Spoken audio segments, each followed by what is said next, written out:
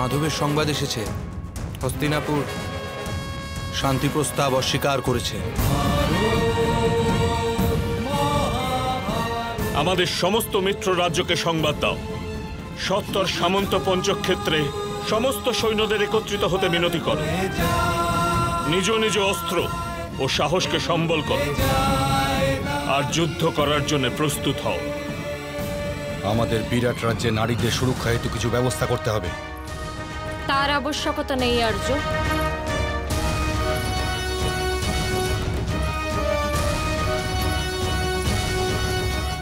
আমরা কুরুবংশের সকল স্ত্রীলোক রণভূমিতেই বসবাস করব।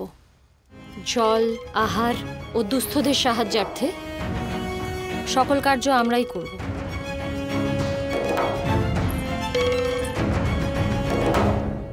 আর যখন আপনি দুর্যোধন ও তার ভাইদের বধ করবেন, তখন আমার উপস্থিতি তাকে স্মরণ করিয়ে দেবে যে তার দণ্ডপ্রাপ্তি ঘটছে, বীরগতি নয়।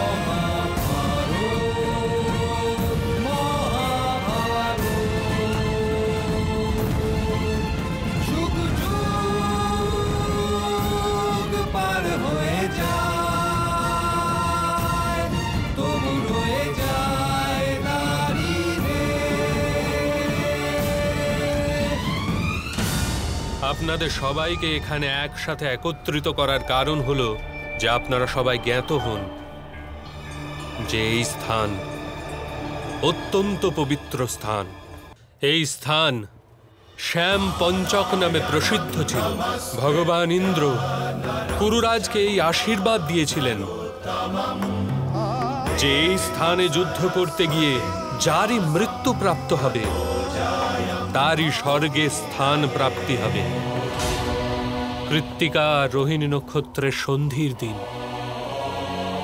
মার্গশীর্ষের শুক্লপক্ষের চতুর্দশীতে যুদ্ধ আরম্ভ হবে, অর্থাৎ আজ থেকে ঠিক 3 দিন পরে আরম্ভ হবে মহাভারত।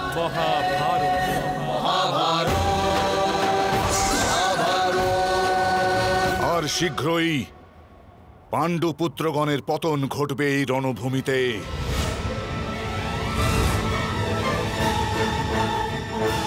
যুবরাজ, যুদ্ধের পরিণাম পূর্বে কে জানতে পারে? আমি জানি বাসুদেব। দেখুন আমাদের পক্ষের দিকে সেনাপতি ভীষ্ম, যিনি ইচ্ছা মৃত্যুর বরদান প্রাপ্ত, গুরু দ্রোণ, যাকে কেউ বধ করতে পারবে না, আমার মিত্র মহারথী কর্ণ, যার কবচে বিশ্বের সমস্ত অস্ত্র ধারণ করে, যে পক্ষে 3 যোদ্ধা এরূপ আছে যাদের বধ করা যায় না, তাহলে সেই পক্ষ কি প্রকারে পরাজিত হতে পারে বাসুদেব? যুবরাজ দুর্যোধন,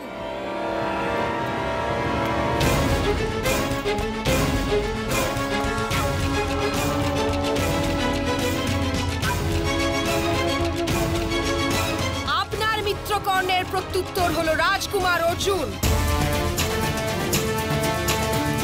গুরু দ্রোণকে বধ করার জন্য আমার ভ্রাতা ধৃষ্টদ্যুম্নের জন্ম হয়েছে,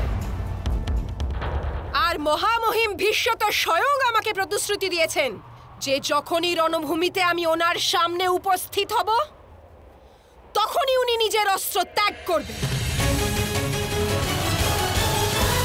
আর আপনি কোন অধিকারে রণভূমিতে উপস্থিত হবেন? পাণ্ডব সেনাদের সেনাপতির অধিকার বলে গান্ধার রাজ।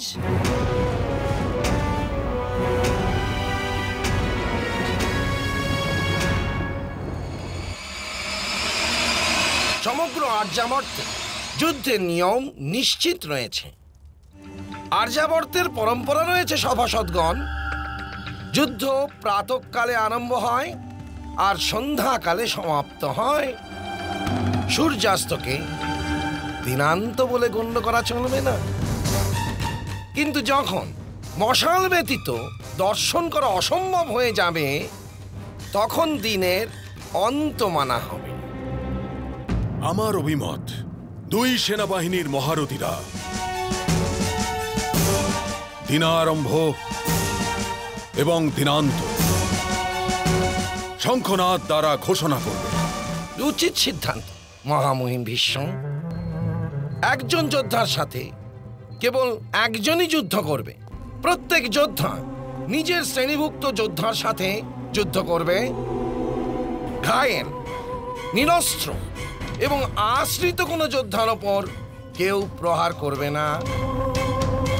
কোনো ধনুর্ধারী কোনো গদাধারীকে আহ্বান করবে না। এই নিয়মাবলী ভঙ্গকারী যোদ্ধাকে মৃত্যুদণ্ড দেওয়ার উত্তর দায়িত্ব সেই যোদ্ধার সেনাপতির থাকবে। কিন্তু শাস্ত্র এবং ঐতিহ্যে পুরুষ আর স্ত্রীলোকের শ্রেণীও ভিন্ন ভিন্ন গণ্য করা হয়।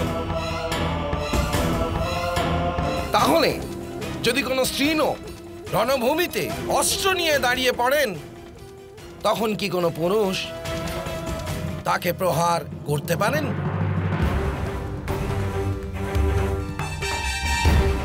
পাণ্ডুপুত্র যুধিষ্ঠির, যদি আপনি বলেন এই যুদ্ধে স্ত্রীলোকের ওপর প্রহার করা উচিত কার্য, তাহলে আপনি অধর্মের স্থাপনা করবেন। তাহলে কি যুদ্ধ ব্যতীতই আমাদের পরাস্ত করার পরিকল্পনা করবেন? কারণ আপনার সেনাপতির সম্মুখে আমাদের সৈন্যবাহিনীর কোনো যোদ্ধা অস্ত্র ধারণ করবে না।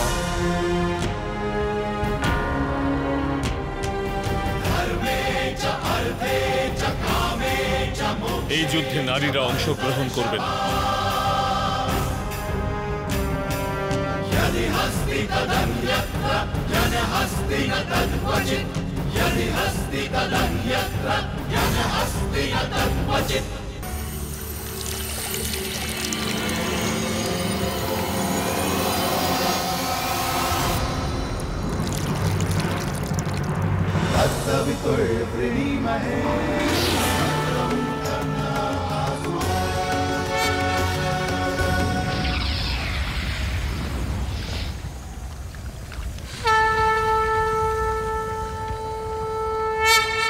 প্রণিপাত পিতাশ্রী।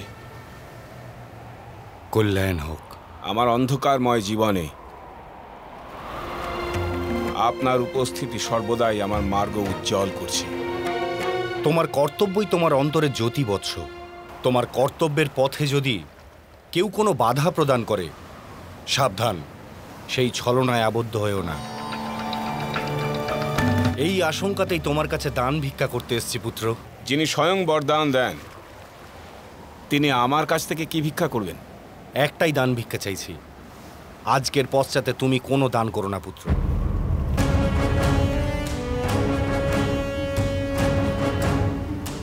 শীঘ্রই দেবরাজ ইন্দ্র নিজের পুত্রের লাভ হেতু তোমার থেকে তোমার কুণ্ডল ও কবচ ভিক্ষে করতে আসবে। আমার কবচ আর আমার কুণ্ডল? হ্যাঁ পুত্র, এইতেই তুমি অমর, আর এই তোমার দিব্য শক্তি। যখন এই সমস্ত থাকবে না, তখন অর্জুনের অস্ত্র তোমার শরীর ভেদ করতে পারবে। আমার সামর্থ্য আমার বাহুবলে রয়েছে, আমার ধনুর্বিদ্যায় রয়েছে পিতাশ্রী। প্রাণের অপেক্ষা অধিক মাহাত্ম্য পণের। যদি দেবরাজ ইন্দ্র এটা না জানেন আর ওনার পুত্রের আমার ধনুর্বিদ্যা অপেক্ষা অধিক ভয় কবচে থাকে, তবে আমি আমার এই কবচকে ভিক্ষা ব্যতীতই খুলে ফেলতে প্রস্তুত।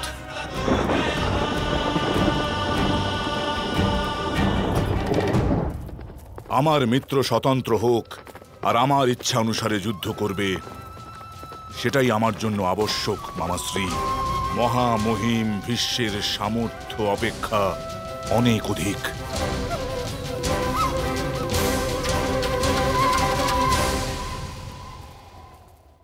আমি আমার মিত্রের কবচের ওপর বিশ্বাস রাখি মামাশ্রী। মিত্র, আমি পাণ্ডব এবং তাদের সমস্ত সেনাকে কবচ ব্যতীতই পরাস্ত করতে পারব। আমি জানি মিত্রকর্ণ, তোমার সামর্থ্য তোমার এই কবচে নেই, কিন্তু আমার সুরক্ষা তোমার এই কবচে আছে।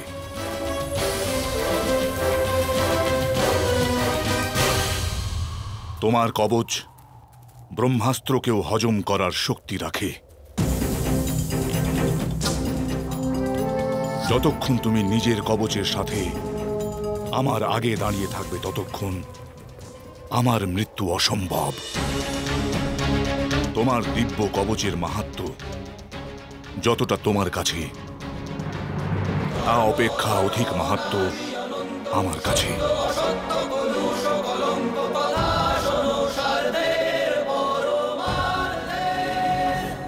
আপনার পুত্রের বিজয়ের জন্য একটা সুযোগ দিতে আমি প্রস্তুত দেবরাজ। বলুন, কি চাওয়ার ইচ্ছা নিয়ে এসেছেন আপনি? মহাভারত